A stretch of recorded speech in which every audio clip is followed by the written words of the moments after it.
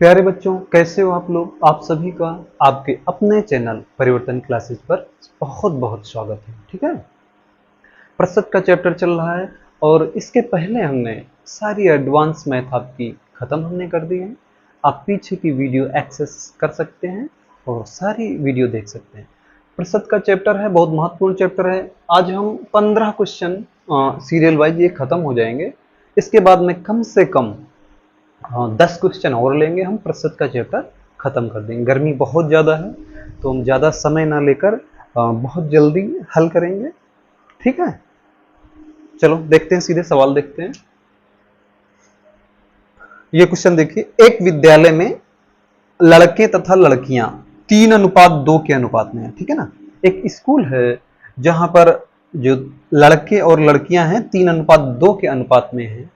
फिर क्या कह रहा है, ये जो 3:2 के अनुपात में छात्र हैं उसमें 20% लड़के छात्रवृत्ति लेते हैं तथा 30% लड़कियां छात्रवृत्ति मतलब स्कॉलर लेते हैं। बच्चों का रेशियो ये है, इतने प्रतिशत लोग स्कॉलर लेते हैं। तो हमसे पूछ रहा है छात्रवृत्ति ना लेने वाले छात्रों का प्रतिशत क्या होगा। ओके, ये बच्चों का रेशियो है और ये दिया है। चलो हल करते हैं। हल 3:2 के अनुपात में लड़के और लड़कियां हैं। देखो यहां पर हम करते हैं लड़के, ठीक, यहां पर लड़कियां, ऐसे कर लेते हैं, लड़के इधर लड़कियां इधर। ठीक, 3:2 के अनुपात में है, हमको उनका प्रतिशत भी निकालना है। ठीक है ना, तो 3:2 ना करके हम इसको 30 और 20 मान लेते हैं। ठीक है ना, कुछ भी मान लो, 300 मान लो, 200 मान लो, लेकिन रेशियो यही रहना चाहिए। देखो रेशियो हमने वही बरकरार रखा है, 30 और 20 का रेशियो 3:2 होगा। ठीक है ना, बस इतना किया है। अब क्या कह रहा है, छात्रवृत्ति लेने वाले कौन, छात्रवृत्ति लेने वाले। ठीक है ना, ये जो छात्रवृत्ति ले रहे हैं, तो छात्रवृत्ति लेने वाले, अरे इसको थोड़ा, ठीक है, तो छात्रवृत्ति जो ले रहे हैं 20% ले रहे हैं। लड़कों को देखो, हम बहुत अच्छी तरीके से आपको बताएंगे प्रतिशत को कैसे निकालें। ठीक है ना, लड़के कितना, 20% लड़के छात्रवृत्ति ले रहे हैं, तो 30 का 20% मत निकालो, 20%, 30 का 10% क्या होगा, 10% कितना होगा, 1/10, तो 10% कितना हो जाएगा, 3। 30 का 10% 3 हो जाएगा, तो 20% कितना हो जाएगा, 6। ये हो गया। ठीक है ना, 6 हो गया। अब लड़कियां कितनी है, 30% लड़कियां छात्रवृत्ति ले रही हैं। लड़कियां हैं 20 थी तो 3 और 2, लेकिन हमने 30 और 20 मान लिया है। कुछ भी मानो, लेकिन रेशियो यही रहना चाहिए। ठीक है, कैलकुलेशन देखो, इसमें आपको एक कॉन्सेप्ट मिल रहा है, कैलकुलेशन इजी करने के लिए हम यहां पर इसको 0 बढ़ा लिया है। ठीक है, लड़कियां 30% छात्रवृत्ति लेती है, ध्यान दीजिए। हम फिर कहते हैं 20 का 30% मत निकालो बेटा, 20 का 10% निकालो। 10% कितना हो गया, 2। 20 का 10% कितना हुआ, 10% मतलब 1/10, 2 हो गया। हमको चाहिए 30%, जब 10% 2 है तो 30% कितना हो जाएगा, 10% 2 है तो 30% उसका 3 गुना हो गया, 2 3 6। ठीक, ये है छात्रवृत्ति लेने वाले। तो छात्रवृत्ति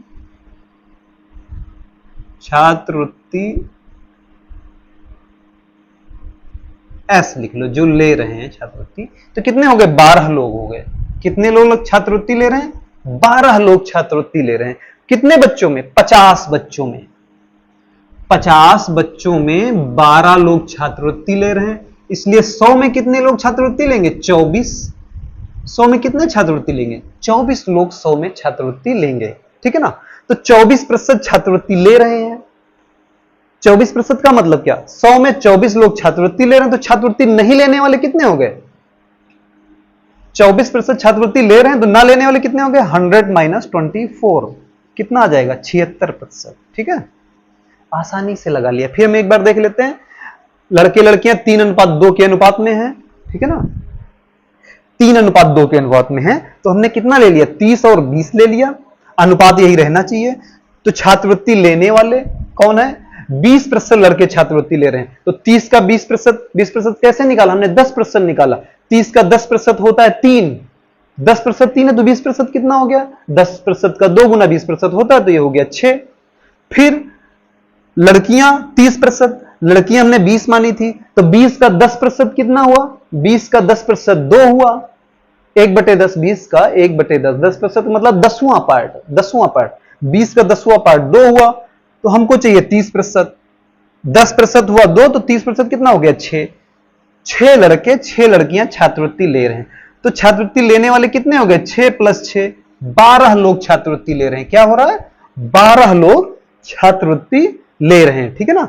तो कितने, 50 में 12 लोग, 50 स्टूडेंट है ना, तो 50 में 12 लोग छात्रवृत्ति ले रहे हैं, तो 100 में कितने लोग छात्रवृत्ति लेंगे, 24, 24% हो गया। 24% का मतलब 100 में 24, छात्रवृत्ति लेने वाले हैं 24%, छात्रवृत्ति लेने वाले कितने हैं, ये 24% है। हमसे पूछ रहा है छात्रवृत्ति न लेने वाले, तो 100 में से 24 घटा दो, 76% आंसर आ जाएगा, ठीक है। अगला क्वेश्चन देखते हैं हम लोग।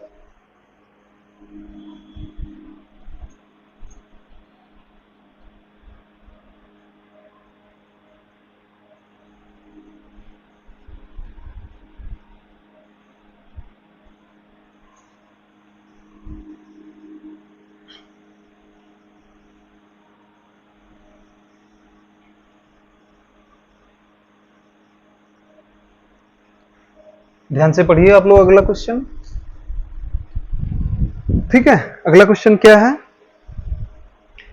भिन्न के अंश में 140% वृद्धि करना है, कितनी, 140%, हर में 150%। तो भिन्न, ये बढ़ाने के बाद में जो भिन्न होती है फ्रैक्शन 4/15 प्राप्त होता है, तो मूल भिन्न क्या होगी। हमने मूल भिन्न मान लिया कितनी, x/y, ये क्या है, मूल भिन्न है, ठीक है ना। अब कह रहा है 140% अंश में वृद्धि कर दो, हमने क्या बताया था, हर एक चीज अपनी 100% होती है, तो ये अंश भी अपना कितना है, 100%, अंश कितना है अपना, 100%, 100% तो था ही, 140% और बढ़ गया, तो कितना हो गया, 100 में 140 जोड़ो तो कितना, 240, x का 240%, ठीक है ना। फिर हर एक चीज अपनी 100% होती है, तो ये y भी अपना कितना था, 100% था ना, लेकिन अब हर कितना हो गया, 150% बढ़ गया है। पहले था 100%, अब 150 बढ़ गया है।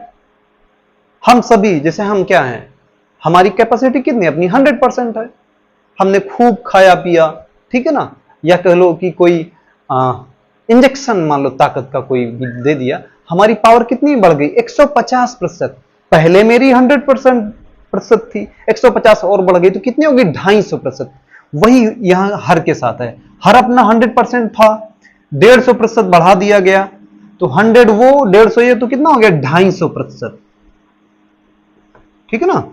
ये अब कितना हो गया, ये हो गया 4/15, परसेंट का मतलब बटे 100 आएगा, तो ये प्रतिशत कट जाएगा, तो x/y कितना हो जाएगा, हमको चाहिए ये मूल भिन्न, हमको क्या चाहिए, मूल भिन्न चाहिए, तो x/y बराबर कितना हो जाएगा, ये उधर जाएगा, तो क्या हो जाएगा, इधर देखो, ये 4/15, ये हर है, ये ऊपर चला जाएगा 250, और ये 240 है, ये नीचे चला जाएगा, इसको काटो, ये 0 0 कट गया, 4 6 24 हो गया, ठीक है ना, और 5 5 25, 5 3 15, 6 3 18, ये कैलकुलेट करोगे तो कितना आ जाएगा, 5/18 आ रहा है, ठीक है ना। ये आपका मूल भिन्न कितनी हो गई, 5/18। बस ये क्या करना था, यहां पर हमको इतना लिखना था, और ये जो 4/15 था ना, ये 250 ऊपर गया, ठीक है ना, ये 240 नीचे आया, और आपका आंसर, बहुत छोटा सा कैलकुलेशन था, ठीक है ना, और सॉल्व हो गया। चलो हम अगला क्वेश्चन देखते हैं।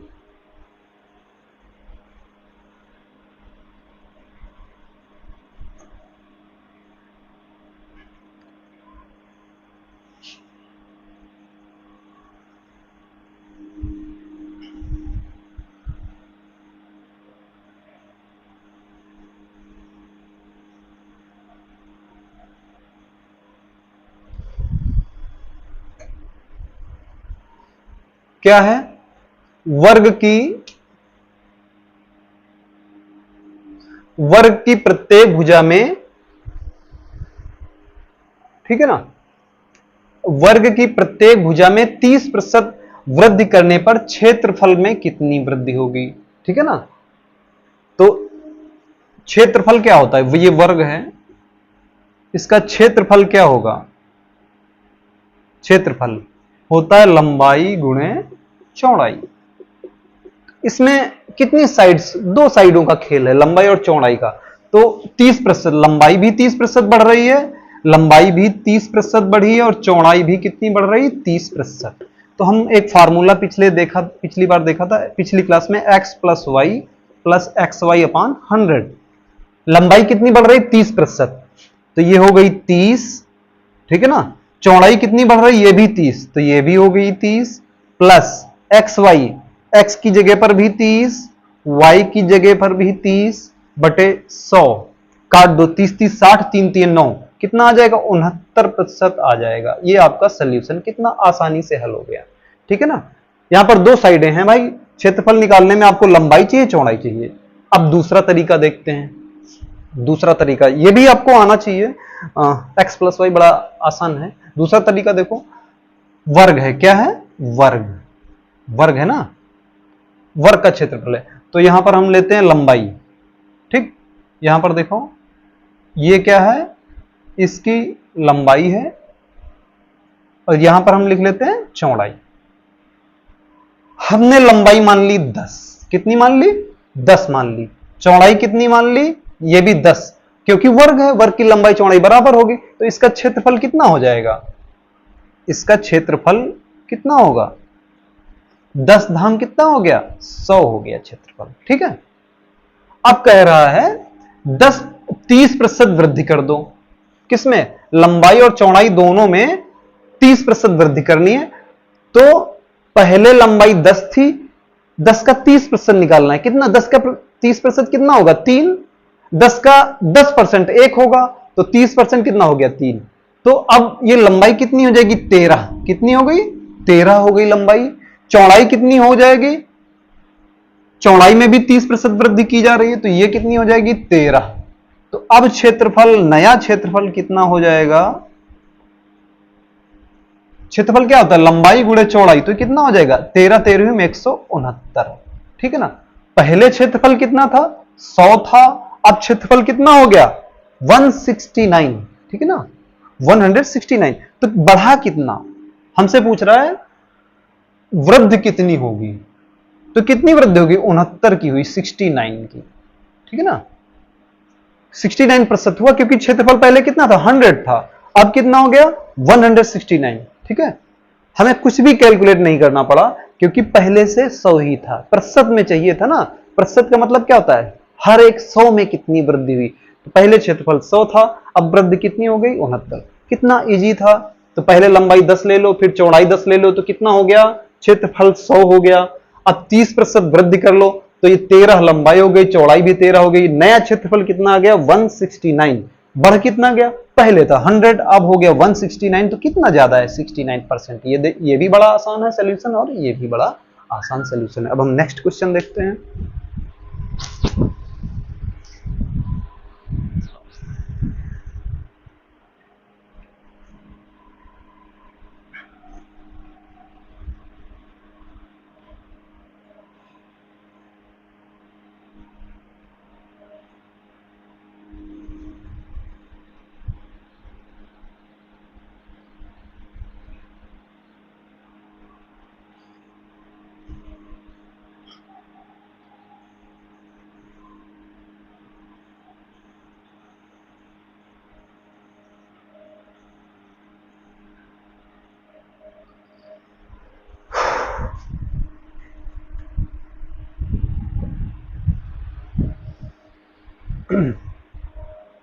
चलो देखते हैं बेटा क्या है ये, देखो अगला सवाल। ठीक है, आम के मूल्य में 20% की कमी आने पर, ठीक है ना, आम का सीजन चल रहा था, तो उसके रेट में क्या हुआ, 20% की कमी आने पर उसका भाव कितना हो जाता है, 800 रुपए प्रति क्विंटल। तो इसका प्रारंभिक भाव बताना है। ये कौन सा भाव है? जब 20% की कमी आ गई तो हमने क्या बोला था, हर एक चीज अपनी 100% होती है, तो 20% उसमें कमी हो गई तो कितनी बची? 100 में से 20 घटा दो तो 80%। ये 80% वाला पार्ट है। तो इसको हम देखो लगाएंगे कैसे, बस इतना सा 800 बटे 80 गुणे 100, ठीक है ना। इसको हल कर लेंगे, ये कटा, ये आया 10, 1000 हो गया। ये सोल्यूशन हो गया, ठीक है। अब हम इसको बताएंगे कैसे, बस छोटा सा सोल्यूशन था। 800 गुणे 100 अपॉन 80 कैसे निकाला हमने, ये देखते हैं। देखो ये क्या दिया है, 20% की कमी हो गई, तो 20% कमी वाला रेट है ना, तो ये 80%, 20% कमी कर दो तो चीज कितनी बची? 80%। तो 80% किसके बराबर है? 800 रुपए के। इसलिए 1% किसके बराबर होगा? 800 बटे 80। हमको कितना चाहिए? पुराना रेट, पूरा कितना? 100%, क्योंकि 20% कमी की ना तो 80% बचा, हमको फुल वाला चाहिए। तो 100% कितना होगा? अब इंटू 100 हो जाएगा। इसको कैलकुलेट करोगे तो कितना? 1000 आ जाएगा। इट इज योर आंसर, ठीक है बेटा। अगर आपको लग रहा हो कि हाँ ये व्यक्ति आपको आपका सिलेबस अच्छे से पढ़ा सकता है, तो बेटा फटाफट सब्सक्राइब करिए। और मेरे सब्सक्राइबर जैसे ही 500 तक पहुंच जाएंगे, हम तुरंत आपके लिए डिजिटल बोर्ड अरेंज करेंगे, ठीक है। उसके बाद में अभी देखो, अभी एक चीज और हम ईमानदारी से बेटा चाह रहे हैं, आपकी पढ़ाई ना प्रभावित हो। आप जहां पढ़ रहे हो, जिस चैनल से पढ़ रहे हो, कीप ऑन कंटिन्यू देयर, आप वहां लगातार पढ़ते रहिए। क्योंकि हम इसके माध्यम से अगर कहें कि 15 दिन में, 1 महीने में आपका सिलेबस कवर करा दे, तो बेटा ये हम सक्षम नहीं है, ठीक है ना। अभी संभव नहीं, हम तो सक्षम है लेकिन अभी संभव नहीं है, क्योंकि डिजिटल बोर्ड नहीं है। आप 500 सब्सक्राइबर तक आप जैसे ही पहुंचोगे, ठीक है ना, ये आप ही का चैनल है, आप ही के सहयोग से जब 500 सब्सक्राइबर हो जाएंगे, मैं तुरंत डिजिटल बोर्ड अरेंज करूंगा। फिर मैं दावे के साथ कहता हूं, आपका कोई भी एग्जाम हो, before 1 month only I will complete all your syllabus within 30 days, okay, either that is कोई भी पेपर हो आपका, चाहे PYQs हो या फिर आपकी पूरी सिलेबस की हम बात कर रहे हैं, ठीक है ना। पूरा सिलेबस भी हम आपका 1 महीने में खत्म कर देंगे। और आपके PYQs हर एक दिन एक एक, अगर हम पेपर आपका प्रीवियस ईयर हल कराएंगे तो एग्जाम के 30 दिन पहले आपके 30 पेपर हल हो जाएंगे। वो आपके लिए बहुत फायदेमंद होगा, ठीक है। और एक चीज और आपको पॉइंट की बात बताएं, आप सफलता चाह रहे हैं, आप जिस भी परीक्षा में लगे हैं, आप 1-2 महीने पहले ज्यादा से ज्यादा आप हर एक दिन नहीं तो बेटा इतना ध्यान रखिए, मैं आपको एकदम मूल मंत्र बता रहा हूं, आप 2 दिन में एक प्रैक्टिस सेट अवश्य हल करिए। और जब तक एग्जाम आए उसके पहले 30-40 प्रैक्टिस सेट आप कम से कम या प्रीवियस ईयर हल कर डालिए। आपके अंदर एक कॉन्सेप्ट बिल्ड होगा, ओके। और PYQ तो आप हल करिए ही, 2 दिन में एक करिए, आज हल करिए, कल उसको पूरा डिस्कस कर लीजिए और आपका जो सिलेबस वो पढ़िए, ठीक है। चलो मेरे साथ जुड़े रहिए। और हमने एक क्या सिलेक्शन का ब्रह्मास्त्र नाम से एक वीडियो बनाया था, आप अगर आपका 1-2 महीने पहले पेपर हो तो उस वीडियो को देख लेना, ठीक है।